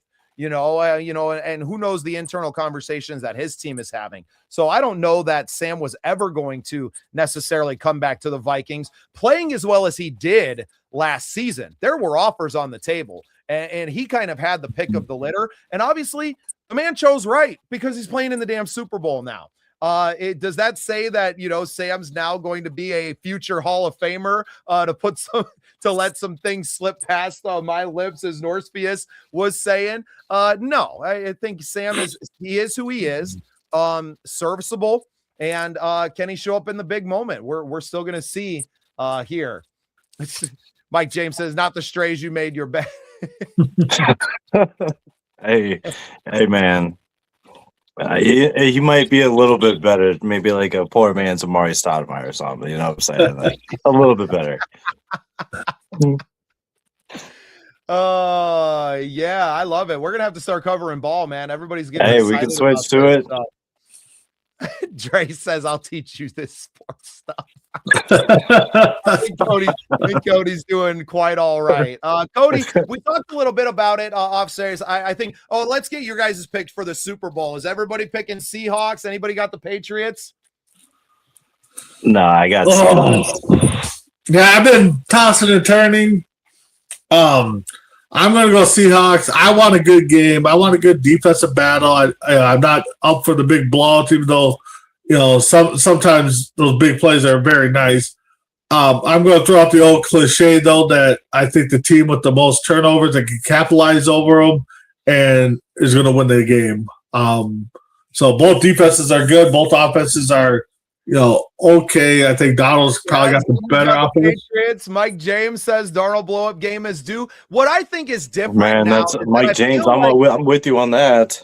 Well, I feel like this Seahawks team is kind of built to. Did you talk about blow up in a good blow up or blow up in a bad blow up? I mean, that's the whole thing.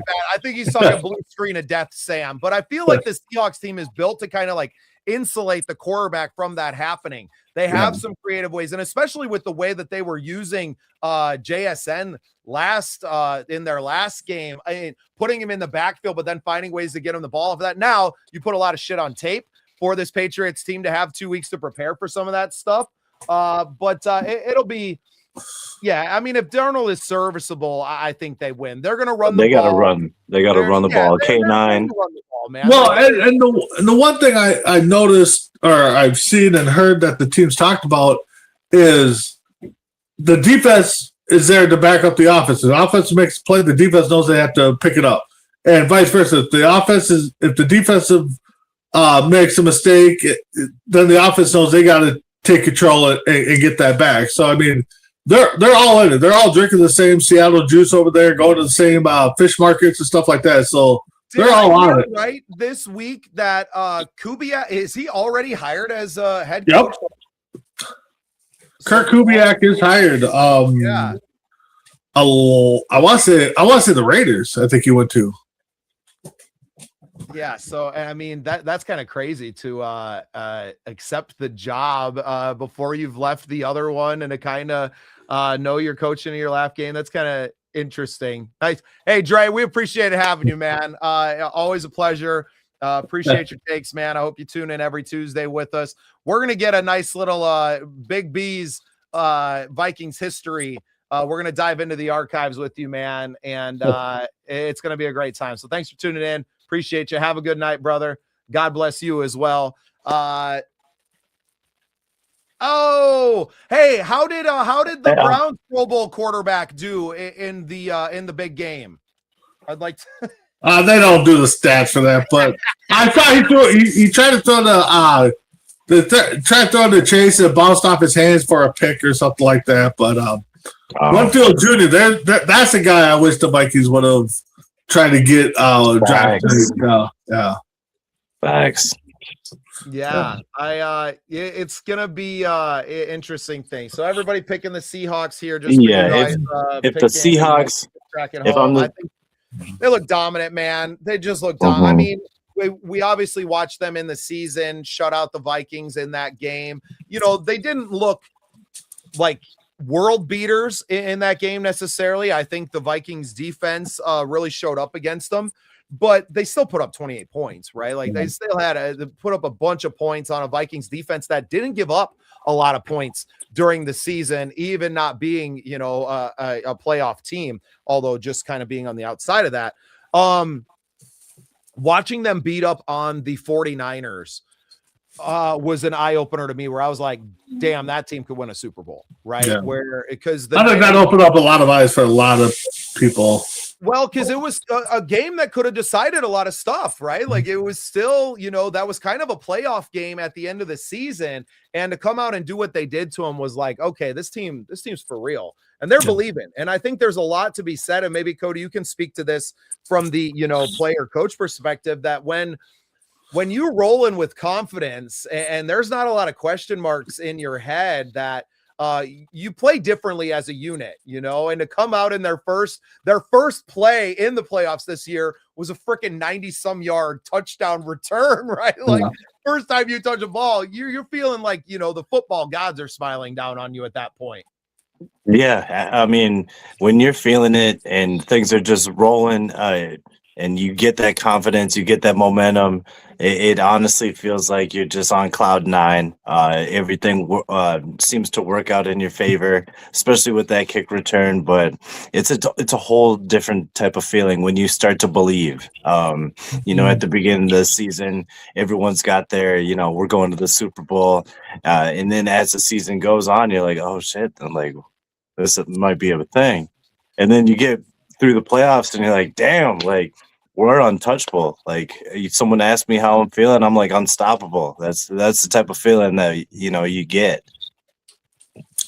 Yeah, that I think the weather played a big factor in that game up in New England. Wow, that and the quarterback. I think, Yeah. and yeah, he just played so poorly. What do you have? 5 turnovers, 5 plays in that game. So, Coach, you probably have more experience in championship preparation than me and Bubba do on Madden. So what's the team's aspect? I mean, going into, granted, there's a 2-week spread here between their last game, but as the game is getting closer, what's your aspect of your team? I mean, what's going through the mindset as you guys are preparing to step on the field one last time for everything? Right. Well, I mean, leading up to the Super Bowl or to the big game like that, a championship game, you're still riding that high from the last game, but then, deep down, you gotta just throw that to the side and get ready for the next one. And you try to do that as quickly as you can. That way you can get locked in as quickly as you can. And then it's just, you get so locked in that the last week, it just nothing else matters. And you're just so focused on winning and like handling the job,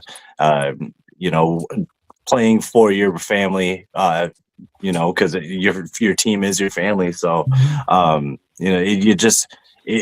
is amped up. Your preparation, the practices, everything is just,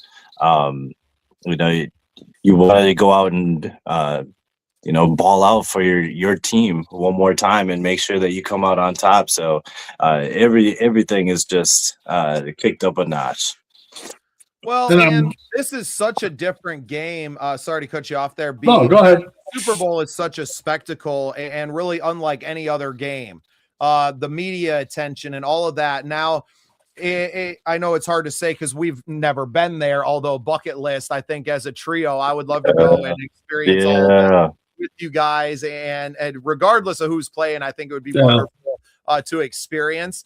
But do you think that neither one of these teams really having, as they're constructed now, having that experience? Now you have Mike Vrabel head coaching on the Patriots side, who's been to a lot of these, right? Let's be honest, a man that knows what to expect and maybe can prepare his team a little bit better than the Seahawks. Do you think that gives a little bit of maybe a tactical advantage just in the preparation of the leading up to the week and the media attention and being able to give them a little bit of a, kind of a crash course in it before they get there? Or do you think that it really doesn't matter? These guys are professionals and it's not really going to have an effect either way.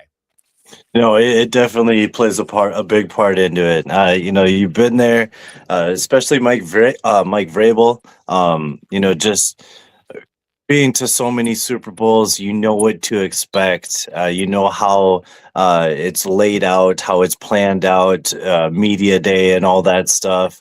I mean, for some of these players, especially rookies, second-year players, it can be a lot.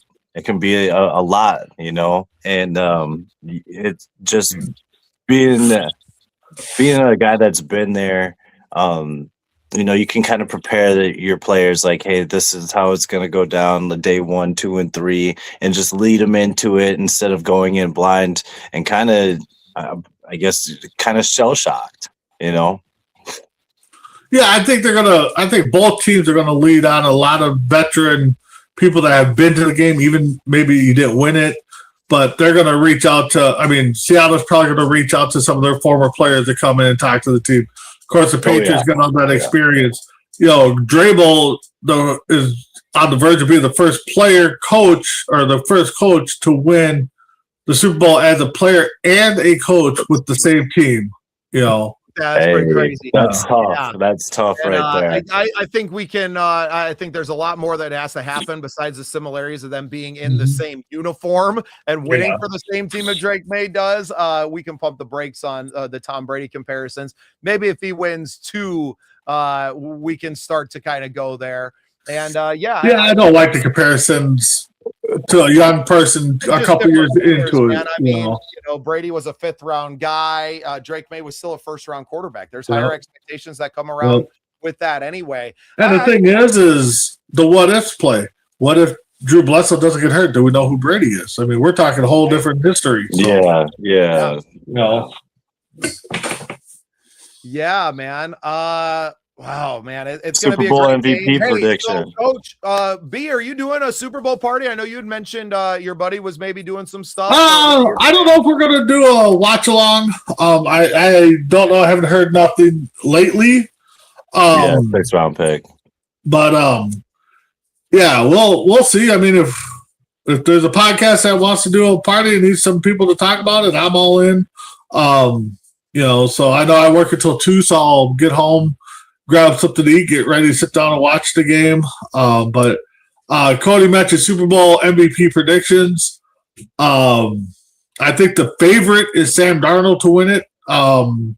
So I guess if Seattle wins and he balls out, unless he's throwing everything to JSN. I mean, unless JSN has like 3 even touchdowns. That, I was just thinking that it'd be like maybe JSN could win it, but if JSN has more touchdowns, Sam Darnold's throwing in the ball, so it's like they're kind of tied together. Well, but Sam Darnold can ball out a different way. JSN, has four catches, $150 and 3 touchdowns, where Sam Darnold has 4 touchdowns, 350 yards. Yeah, but also it's going to be an offensive. It's going to be an offensive player, but if Seattle to detract, it's going to be one of the quarterbacks that the winning team's quarterback is going to be the one that's probably going to get the MVP. So I left this one up here from Mike James. Thoughts on Tom Brady saying he has no dog in this fight. Lame to not hear an all-time great not support the team. I know Vikes legends would be hyped for this team. The fact of the matter is they let Tom go and kept Bill. So, I mean, I think there's some animosity. And obviously, him making these statements kind of speak to that a little bit. And then him going and kind of rubbing their nose in it, winning one with the Bucs is something there. Well, you got to understand, though, Tom Brady's, announcer / part owner of the Raiders. So does he really want to say, oh, yeah, I'm going to go with my old team? And is that different, though, if he just finishes it out, they let Belichick go, and he finishes his career out as a Patriot? Is that that's kind of, revisionist history, obviously, there. But is it different? I feel like there's some that felt like a little tension. If he stays with the Patriots but ends up in the same jobs that he has, I still think he makes the same comment because he doesn't want his new team to be like, once a Patriot, always Patriot. What was that Mighty Ducks theme? But making the coach was making jokes about the team that he was coaching. The team heard about it and they started mocking him. And it's just like, so I think Brady was smart just to kind of say, I don't have a dog in the fight. Yeah. Steven says May for MVP. He's on that Patriot train. I mean, if he balls out, it's going to be hard Walker. Speak against him. He had Kenneth Walker, maybe a question mark there. Kenneth Walker, yep. It means something. Now, what JJ are we talking about here? Are we talking about Justin Jefferson? He's talking about Justin Jefferson. Okay. I think Justin Jefferson ain't going nowhere, man. He did make those comments. What did he say? Comments? Yeah.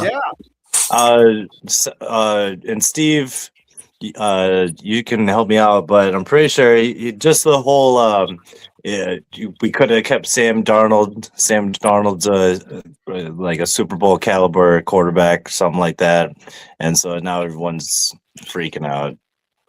Oh, but again, we talked about it before. Did Sam after we drafted JJ the year before? What was there a chance to get Sam Darnold to stay? You go to the big. The only chance you had was when you had the exclusive rights, right? Like the time to sign Sam was mid-season before you got to the end, and we'll see. Mike James, but the thing is too is JJ's made. Tom Brady's broke for a reason. That man is vindictive as hell. Yeah. You don't know the little things that goes on in his head to prepare him every single day. So, and now, like you said, I think the post the post going into it. I mean, he was a Buccaneer for what, 3? He played like 3 more seasons after he left the Pats. So it's not like it was just like left for a year and then he was gone for a little while. And I don't think I think that love was kind of lost there. I mean, well, you're getting mixed reactions because all year JJ stuck behind JJ all year, said this is our dog, this is our guy. You gotta say that. Battle for him. And you gotta say that. And again, is he happy for Sam Darnold to get a shot? Yeah. So he's probably saying, so you gotta read into it a little bit. I mean, Vikings would be foolish to, trade away JJ Jefferson. Oh, yeah. I don't think you can put it all on McCarthy with the shambles that was the offensive line all season either. You can't throw the ball 25 yards down the field on those deep crosses and those deep ends if you have no time in the backfield. So we'll see. Hopefully they can get some. And I'm not going to dispute this comment from JJ's time being wasted.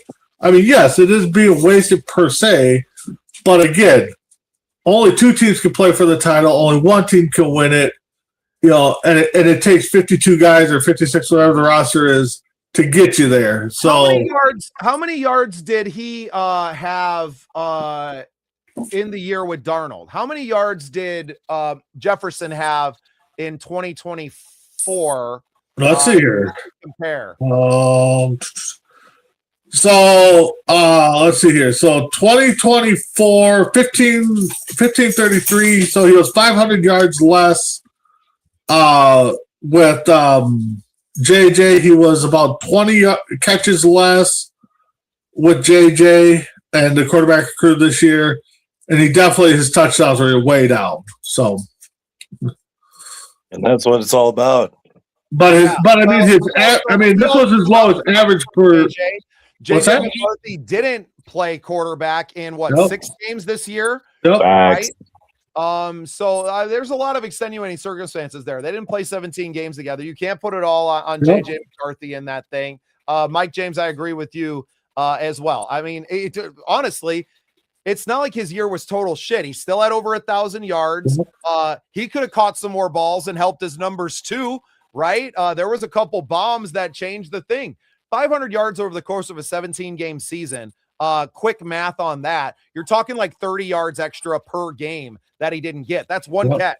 That's one extra deep catch that he didn't get. So, I mean, the numbers aren't that far off, and he dropped a few. Well, he dropped quite a bit. Look at the catch percentage. I mean, Well, yeah. I think that's the best juice they got. Sorry, I was addressing Steve's comment here. The Vikings get Burrow, JJ will be hell yeah, man. These guys won a goddamn national championship together. That's his boy. And I think that's the juice that they have in this whole Burrow talk. I think that's the only thing they got going them, that where Burrow would request the trade and be such a problem in Cincinnati. Like, Cincinnati's not just coming out and going, yeah, we're getting rid of this fucking bum. Right? Like, that's not the conversation that's going on. But again, Burrow is as much as we like Burrow and Jefferson would definitely be stoked to have his old running buddy, Burrow's not the healthiest guy either. I mean, so we still got to focus on the offensive line. It still comes back to that offensive line. Yeah. He had a couple of drops this year that completely changed the narrative on JJ McCarthy and on his season and those things too. So, let's not, the Dallas game, he dropped an easy one. He had another one. I can't remember what game it was, but I mean, even in the back half of the season, 2-3 touchdowns. And then he got a little bit of confidence rolling on the team as well. And things changed. So, a lot of things happened. This wasn't such an up and down year with injuries, offensive line play. Drop passes. There was a lot to fight through, man. Addison too. The only like trustworthy receiver you had in the core was Speedy Naylor. Like, to me, that's the guy that has to come back. You got to get Speedy back. Addison's got to go. You make Naylor. I still think Naylor is probably a number 3 in that position. I think you're honestly going out and trying to find somebody that a bigger bodied receiver that can maybe, like, you have Naylor and a bigger body receiver in that like 2-3. right? To your three, whoever's in that X, I don't know what they name them. Cody, you would probably have to correct me on this. That you kind of have that X, Y, and what they call the receivers, but that you need a bigger bodied core in that. You have a speedy guy in Naylor. To me, him and Addison are kind of almost not necessarily carbon copies. I know Addison's a little bit bigger, but you need somebody that can go up and get it like JJ, like Jefferson, right, in that position too, to take a little bit of that pressure off, that can go make those same kind of catches. Well, and that's the thing. Take the pressure off, because the team knows that the bread and butter is Justin Jefferson. What are they going to do? He's going to double team him. We need a running game. We need a second receiver. We need a lot more to get Jefferson open more to get him the ball. I mean, because coach, tight end play. And coach, you can agree with me, but if you know that one player is their dominant player, what are you going to do? You're going to do your best to stop them and to make everybody else beat you, right? Correct. So everybody knows Jefferson's our best player, so they're going to stop him. Yeah, and Mike, you're right. I don't know ball. I know podcasting. That's why I'm here. So I defer to Cody on pretty much all the ball talk. But yeah, so the X is like your number one, and then the Y would be that, and then your third one would be a Z? Is that what they would kind of affirm that as? QB, wide receiver 3. Yeah. Yeah, I think having another body, not necessarily, it doesn't have to be AJ Brown, but you could find other guys out there, hopefully. So we'll be scouting through that too. But again, the Vikings could have used, they could have moved JJ around a lot more, like the Seattle did with JSN, and put him in the backfield here and there, and try to get ways to get him open, and just instead of keeping him on the outside. I mean, so the Vikings are involved a little bit. So. But again, it's true. Like, he's your number one playmaker, and you're failing to try to get him the ball. Like, and I feel like we saw a little bit of that later on with kind of these like de facto screenplays that were running him. You were doing a couple of different things, but yeah, why didn't it happen earlier in the season? Yeah. Right? KOC was just too damn stubborn for too long. Gracie was like Chris Rock managing. Oh, it was something, man. I don't, I think, I'd been calling for Kwesi's job since we started this show midway through this year. So no skin off my back to see him go. I want to see a lot of different things from this team over this offseason. Like Chris Rockman. No, I know. Busting out Chris Rock. Oh, man. It was just funny. It'll be interesting to see what goes on here. I don't know who's out there, and we're going to obviously get into it with the draft coverage. Maybe they find a day 2 or a day 3 wide receiver that can more fit that mold that KOC can get a little bit out of. That's a go up and get it type guy. Because really, Jefferson's the only one you have that's like that. All these other guys have to be kind of schemed open and run in that way. It'll be interesting. Yeah, I think the Vikings are going to, I would say probably 85% of the offense is going to be back next year just because of the cap situation and, what we got to work with. I mean, you're definitely going to get a few new rookies, probably a undrafted guy. You're definitely going to have 2 new quarterbacks behind JJ, or maybe 3 new quarterbacks, depending on what they want to do. So I would say 80% of this team is back next year. Yeah, I still am leaning towards JJ McCarthy is the starter just because I don't know what deal you're going to be able to make. To me, it's a Hail Mary that Burrow is even available and you're able to make that deal. So I don't know that there's a lot there. I don't think there's really anybody else on my list that I'm even asking there. And as far as like people that are available now, right? I mean, like Tyrod Taylor was a name that got thrown out, and it's like that's not an upgrade. He's not starting over JJ McCarthy. But you never know who's getting cut right before camp, what goes on some of these other teams. You just never know, Well, and that was a big issue. Cap situations on other teams to know who may be available. And that was a big issue last year, is that they waited forever to hire or sign a veteran quarterback. and we will. Well, and you're not going to have that problem this year. Malik just once again doesn't really fit what KOC wants to do and what he wants out of his quarterback. So it's going to be. You think we keep Rosemer? You think we keep Rosemer? Yeah.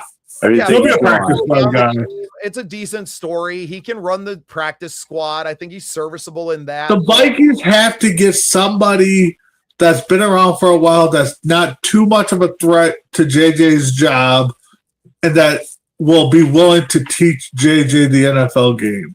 Yeah, the Kirk Cousins keeps coming up. I don't think he's got it left there. Somebody was telling us last week, or maybe I was talking Flacco, Mike James. Flacco would be the guy I would say that would fit that mold where he's coming. Right? Jameis Winston.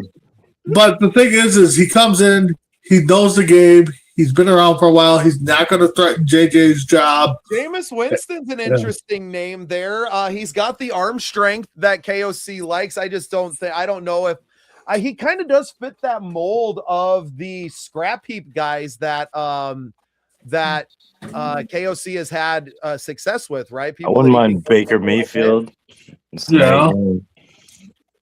Yeah, but Baker, I think, would threaten JJ's job. I mean, that's fine. Get him, push him. Well, push him is a good thing. I mean, Kyler Murray, maybe. Once again, I don't trust him. I don't trust him in that playbook. Hey, Mike James, appreciate you tuning in, man. We're probably getting ready to tap out in here for a couple hours. Cody's got to get back to work, one of his other 6 jobs. I got contracts. Cody, in our last 10 minutes here, man, go ahead and tell everybody about your weekend out in Wyoming and how everything went and kind of get us a little bit prepared for the cavalry season that's coming up fucking soon, man. It looked like a little cramped in that van that you had there. Oh my goodness! It was. Had you send in a pic, man? I'm gonna go scour your Facebook real quick. See if we can it was interesting. We went. I'm the assistant head coach and defensive coordinator for the Wyoming Cavalry. We're an arena team in the AIF, and we just had our training camp out in Gillette, Wyoming. I run the defense here in Minnesota. The offense lives in Gillette, Wyoming. And so we had to take a transit van, not big enough, apparently, to fit all of us. But we had to take a transit van out there and, spent a couple days out there, got to meet people from the community, do meet and greets, and just get everybody excited about bringing arena football back to Wyoming. Their former team played in Casper, so we had to make sure we had set the record straight. But it was amazing. The weather, I mean, right now, what is it right now here in Minnesota, Big B? Because out there it was 54, no snow on the ground, feeling like spring, and then we come back to like in the teens, maybe single-digit weather. But everybody had a blast. We got there, it's always nice to have a safe, smooth trip. Going out for a training camp and trying to fight for a roster spot. I mean, I brought 13 of us out there and, just hoping for the best. I knew that I was bringing dogs, but, just being able to come back and have all 13 have good news and make that squad. Yeah. Oh, man. Dogs. We got dogs. Everybody's excited. We're hyped, ready to go. They brought energy competition and just everybody's hyped. Our first game is actually on Valentine's Day in Gillette, Wyoming against the CNY Blue Devils. I'll throw up as a link for the stream. That way everybody can watch it. So and we're excited. So Cody, is there defensive players down there already on the team, or is this all coming from up here in Minnesota? There's a few. Few that are over there right now still. That we're from around the area. But I just had a guy from Florida. He competes and trains with a bunch of NFL players. He's flying to his hometown in Wisconsin, and then he'll be driving to practices here with me. I got a couple people from Fargo, North Dakota. I'll also be carrying some offensive players too, quarterback, a few wide receivers. O-line. So, Okay. yeah, oh, Awesome, yeah. man. Definitely some memories made there, some team bonding. Yeah. Looks like you got a hell of a crew, man. Yeah, I'm grateful for each and every one of them, and we're just ready to ball out. We're ready to hit somebody. Yeah. Well, maybe we get that link and me and Bubba does play-by-play from a distance here. Yeah, we're gonna do a Let's watch get it. along. We're gonna do a Let's watch get along it. on SPSN and call the games from here. And yeah, man, we love covering your team. And I actually have a show that night, so I won't be doing it live. But depending on what time's the game. 7 o'clock, 7 p.m. 7 Okay, p.m. on I'll Valentine's Day. On be on Valentine's Day. stage at So that it's like- time. So I'm gonna wear the headset on stage. You can mute me while I'm singing a song B. And then maybe I can do a halftime show with you or something. Well, it'll be better than Big Bad Bunny's halftime show, probably. Oh, We're gonna have comments on that. So we are gonna do a watch along Super Bowl Sunday. Yes. Let's do it. We'll make it happen. We'll throw up a link for everybody. If you guys are gonna be tuning in, please join us. We're gonna do a little Super Bowl watch along. I don't know if I'll be out here in the studio, if I'll be in the house watching on Prime. But yeah, man, just a great time to celebrate football, celebrate this family, obviously talk some more Cavalry football and leading up to the big game. You know, for us, I'm not all about the game. We're here. We're going to comment on some commercials. We're going to comment on a Bad Bunny halftime show. I'm not going to know a single song in this one. Man, how did y'all feel? I thought Rihanna's halftime show was fucking balling. Like, why don't they just run Rihanna back? you know what I'm saying, though. Oh, Come on. man. Come on. Like, bring Janet Jackson's titty back. What are we doing? Having boost ratings. It's all about ratings. It's all about Man. ratings. I love doing this show with you all so much, man. These last few weeks Absolutely. have been awesome. Last week having Rap on from Vocal Bike. Hey, That's the guy we need to get on from the. I mean, he's probably going to do his own football thing, but yeah, he's definitely got to be on football. Yeah, well, we'll make sure we send out the invites. Be interesting. Obviously, we have VWO. We got Sir Picasso with us occasionally. We'll see what they're up to, if they're watching the game somewhere or if they can tap in with us. I think it'll be fun, man. We'll open it up. We'll spend a few hours together watching the game, commenting on it, and just kind of hanging out and talking ball, having our own little digital Super Bowl party. So we'll be making an event for that and kind of running some stuff out there. Make sure you look for the link. Anytime you see us live, make sure you climb in. Appreciate you all subscribing to the channel. Bubba Starts, that's Coach Cody, Big B from the Coast to Coast Network. And man, we love you all. We'll see you we'll see you on Sunday. See you Sunday. And then obviously every Tuesday. And we got more Cavalry coverage coming for you too. So y'all be good to one another. We'll see you Sunday. As we cheer on our Minnesota Vikings, let's also recognize true heroes.